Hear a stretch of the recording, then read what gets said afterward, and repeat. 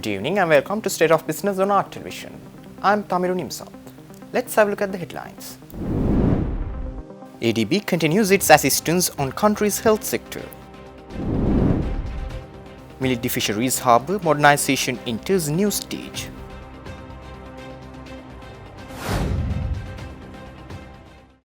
News in detail. The Asian Development Bank has approved a $106.9 million financing package to strengthen Sri Lanka's secondary healthcare services and disease control capabilities. The funding was announced yesterday as part of efforts to enhance universal health coverage.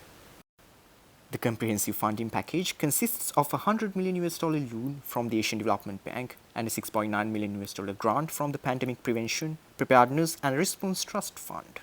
This results-based lending program will enhance the quality, capacity and efficiency of secondary care services nationwide by supporting result-oriented hospital development. The initiative will increase availability of integrated and patient-centered surgical and specialist treatment services in secondary hospitals while improving hospital infrastructure with considerations for climate resilience, gender responsiveness and elderly-friendly facilities. The program will also establish a Center for Disease Control, improve public health laboratory capacity and accreditation mechanisms, and implement cross-sectoral integrated disease surveillance.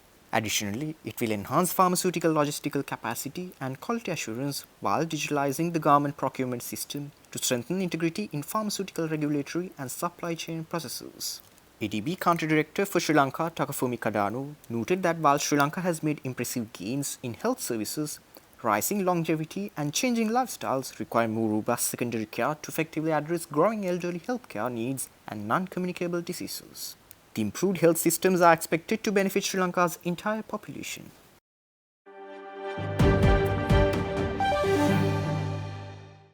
The third phase of development for the Military Fisheries Harbour in Jaffna has commenced under presidential patronage. This infrastructure project aims to enhance fisheries facilities and support local fishing communities in the northern province. The latest development phase focuses on comprehensive modernization of the harbour facilities, including expansion of docking areas, improved cold storage infrastructure, and enhanced safety features for fishing vessels. The project forms part of broad initiatives to develop fisheries infrastructure across northern Sri Lanka, providing fishermen with better access to storage, processing, and marketing facilities. Modern equipment installation and harbour basin development will enable safe operations during adverse weather conditions while improving overall efficiency.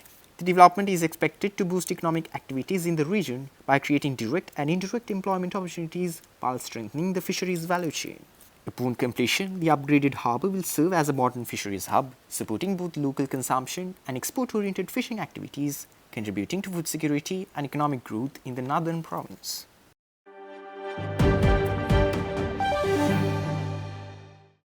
President Anukumar Dissanayake inaugurated the reconstruction of the Vadduwakal Bridge in Mullaitivu district as part of his development initiatives in the northern province. The infrastructure project was inaugurated during the president's visit to the region recently. The Vadduwakal Bridge, located along the crucial Paranthan-Karachi Mullaitivu road near Nandikadal Lagoon, serves as a vital transportation link carrying over 3,000 vehicles daily. After years of inadequate maintenance and deterioration, the bridge has become severely unsafe for public use. Under the reconstruction project managed by the Road Development Authority, the old structure will be completely replaced with a new two-lane bridge constructed at a cost of 1.4 billion rupees from public funds. This infrastructure development aims to ensure safe transportation for residents and facilitate economic activities in the region.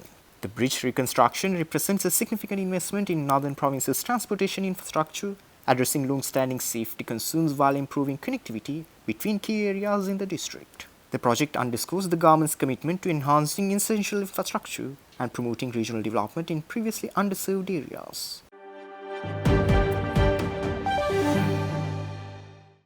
Stay tuned. We will return after this short commercial break.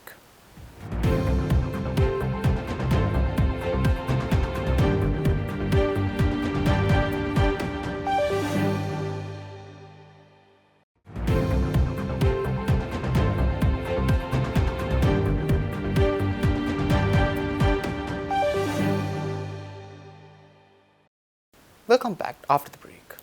Colombo Port recorded a significant 17.2% growth in container handling volumes during July, reaching 721,661 20-foot equivalent units. The strong performance was driven by increased transshipment activity and higher local trade volumes, according to a recent port report. The latest operational data reveals the port's transshipment sector saw an 18.4% year-on-year increase to 579,293 20-foot equivalent units, accounting for 80% of total throughput and marking a substantial recovery in regional shipping activity. Local trade also demonstrated robust growth, with import containers rising 10.1% to 57,669 units and export containers growing 13.7% to 58,469 units, indicating strengthening domestic trade flows. All major terminals contributed to this expansion, with the Sri Lanka Ports Authority managed Jaya Container Terminal, Unity Container Terminal and East Container Terminal collectively handling 203,499 units, representing a 13.3% increase. Simultaneously, South Asia Gateway Terminals recorded a 9.8% rise with 181,094 units, while China International Container Terminals grew by 2.1% to 276,751 units. The new Colombo West International Terminal handled 60,317 units in its initial operational phase, contributing significantly to the overall growth. The increased container traffic pushed total cargo handled to 9.9 million tons, a 15.7% year-on-year increase, while vessel arrivals grew by 8.3% overall, with container ship arrivals specifically increasing 6.9%, reflecting strengthened maritime connectivity through Sri Lanka's primary port facility.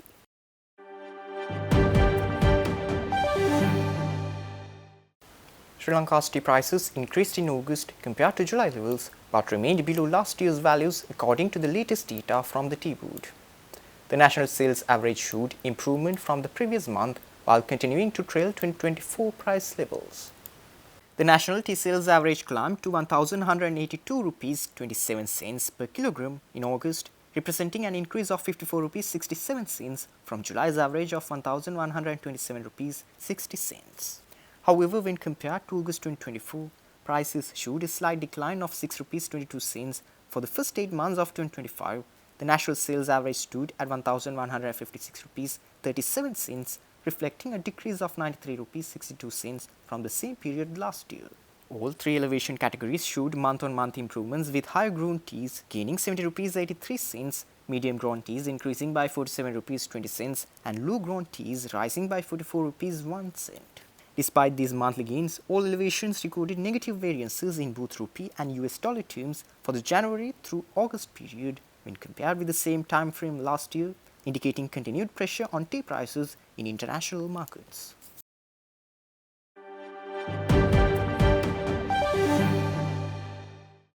Central Bank Governor Nandalal Veerasinghe has declared central bank independence indispensable to Sri Lanka's economic stability, warning that political interference left the country vulnerable to its worst financial collapse in 2022.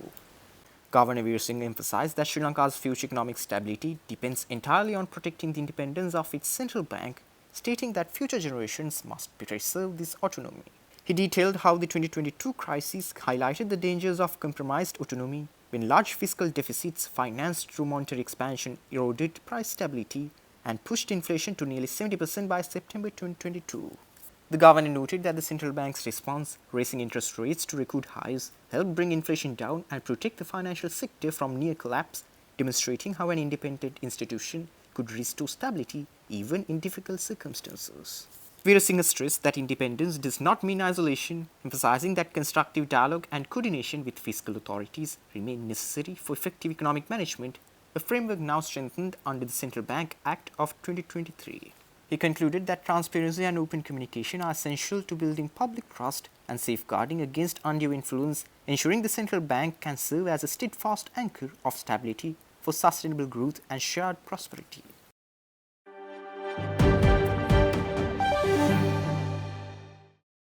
That's all our news for today. For this and more, subscribe to our channel on YouTube and follow us on Facebook. Take care and good night.